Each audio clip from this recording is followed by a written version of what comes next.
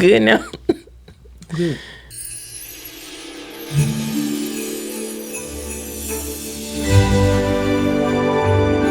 Hey friends, just a quick update before we get too far into the video. You will hear me reference 12 days of whiskey because that was the plan. But life got a little hectic and I was not able to complete the full 12 days with Chris. But I still wanted to share the 4 days that we did record. So let's jump back into the video. Hello everyone and welcome back to the channel. My name is Nikhil Bell, also known as the Sober Bourbon Girl. And we are back with day 2 of our 12 days of whiskey. You ready? I'm ready. Okay. So if you haven't seen the previous videos, go back and watch those. But we are on day 2. This is for you. Here we go. And if you don't know who I am, Chris Bell, CBell252 on all platforms. Make sure y'all give me a follow on everything. Shameless plug. There you go. Let's see. I'm in my pajamas today, y'all, so don't judge me too harshly. Oh, I'm not supposed to look at the color, I'm guessing. I'm like, it's wrapped. I'm sitting there feel like it's wrapped. I guess I'm not supposed to look at the color. Let's see. Look at it in the glass, but don't unwrap it until the end. Let's see what we've got.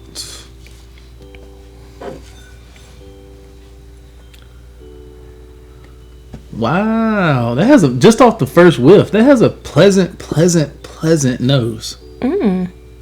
I get fruity on that. Are you gonna take the No, go for it. Go questions? for it. Yeah, so I get fruity on the nose. Is it like a citrus fruit? Yeah, like fruit? citrusy, kind of like a peach. Not really citrusy, like more like a peach.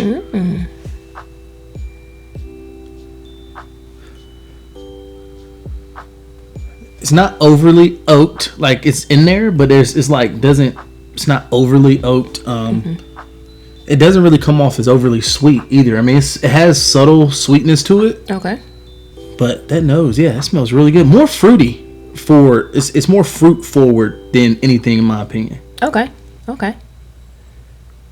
If you had to guess an age off just the nose, what would you say? Off just the nose? Just the nose. Okay, so this is day 2. It does not have those characteristics from day 1, right? Like a lot of the time for me, when something is it's older, I can pick it up, like I can smell it. It's just a very distinct note. Do not get this one. Okay. I do not get that on this one. So, but that can be deceiving as well. Like I would not be surprised if you come back and be like, "Oh, it's 15 years old." I mean, never know. You never know. Okay. So let's go in for a taste. There we go. Cheers, y'all. Wow, that's really good. It's good. That's really good whiskey. Nice finish. Subtle. Wow, let me go back and get on that. Does the citrus carry from the nose to the palate? No, it's actually more almost like floral on the palate. Okay. Not overly sweet. I'm not getting a lot of sweetness from this at all. Okay. I'm not saying, I mean, there's a subtle note.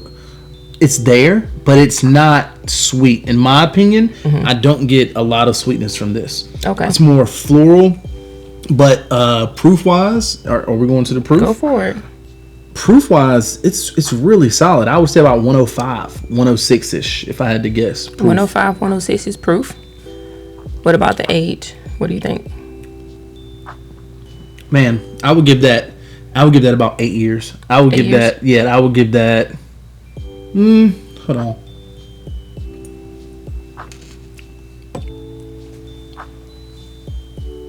Yeah. Overall, I would probably give that. I would give that about 8. 8 years. Right at about 8 years. Okay. It has the complexity there, but it's not overly complex. It gives a, like, just in the front of the palate, medium, like mid palate. Okay. The notes carry through, like that floral note. It carries through, but it doesn't hit, like, it doesn't burn. Okay. So just well rounded. So I would say it has a little bit of age on it. Okay, 8 years, 105-ish proof. See, that's where I'm a little bit, because I want the palate gives it off as a 105, right? Okay. But it lingers just a little bit. Okay. So I'm actually gonna bump that up to, let's say, it almost comes off like what I usually call the perfect proof point, which is around that 108 to 110. Okay. It drinks like something right around there. So if you go back to your first sip, does the finish change based on what you first sipped, or does it kind of? It's just a very easy pour. It kind of dissipates. Okay. So like, it's not a complex pour at all. Okay. That's why I would take a little bit away from the age. I would actually, I would say this is maybe an 8-year. Okay. But it wouldn't surprise me if it was older, just lower proof, because while it dissipates, it's still kind of round. Mm-hmm. So it is still round. This is something I would definitely drink. Okay. Like, it's something I don't have to think. Yes. How much would you pay for it? That is a solid $60 bottle. $60 bottle. Okay. Okay. So we're doing the Christmas tree ranking. On the first day, I didn't give you kind of like the breakdown of those rankings. So for the audience, let's do a breakdown of the rankings so they can kind of gauge what a 1 is compared to what a 5 is. Okay. So for a 1, it would be avoid, meaning it's not enjoyable. You did not like it. Never buy that again. Number 2 would be like below average. It's acceptable for mixing in cocktails, not worth a full bottle at retail, essentially. Mm-hmm. 3 would be a solid pour. Everyday sipper, buy at a lower price, or for casual occasions. 4, Christmas trees. Very good. Highly recommend. Definitely worth the purchase. And 5, exceptional. Exceptional. Memorable. Splurge for this one if it's a 5. So out of those rankings, on the Christmas tree rating scale, how would you rank this one? The more now, okay, to answer your question earlier, to go back to it, mm-hmm. Now it's coming off as lighter. The more I drink it, the more I would put it sub 100 proof. I could be wrong on that. So again, I was dry coming into this tasting, right? I had no pours prior to this tasting, so that first pour might have been a little hotter. Okay. Or the first pour that I was drinking of it. But when I go back, it's kind of got right. activated. So now that I'm acclimated to it a little bit, it's kind of like, well, hold on. Okay. Might be shifting a little bit. Yeah, I'm gonna call that. Has that mouthfeel? I'm gonna call that sub 100. Sub 100. I'm gonna call that below 100 for sure. Give me a number. Is what I would say. If you had to pinpoint an exact number, what would you put it at? 96 proof. 96 proof. Keeping the age the same? See, that's the funny part. Because it does have that mouthfeel, but then it dissipates. It kind of goes away, which is going to cost us some points on my Christmas tree rating. But it's, I would say it's about 7-8 years old. Okay. 96 proof, somewhere in there. Okay. Keeping it at the same price? I would keep it at $60 just because it is good. It's simple. It's good. And I would give this 3.9 Christmas trees out of 5. Okay. Almost very good. It's solid. Like, it's an easy sipper. It's something that I could sit back, drink, and not have to think too much about. This would be like a go-to pour for me, for sure. It would fit in my go-to pour range. Okay. Yeah, I know what it reminds me of. Again, we're not going to compare. Not going to compare. I know what it reminds me of. I wouldn't be surprised if she came out and said, oh, this is that. But this is one of the reasons why I love doing blinds, because for this one, this is a pour you've actually had before. And on the first sip, you wasn't a fan of it. So let's unwrap it and see what it is. Oh, let's see.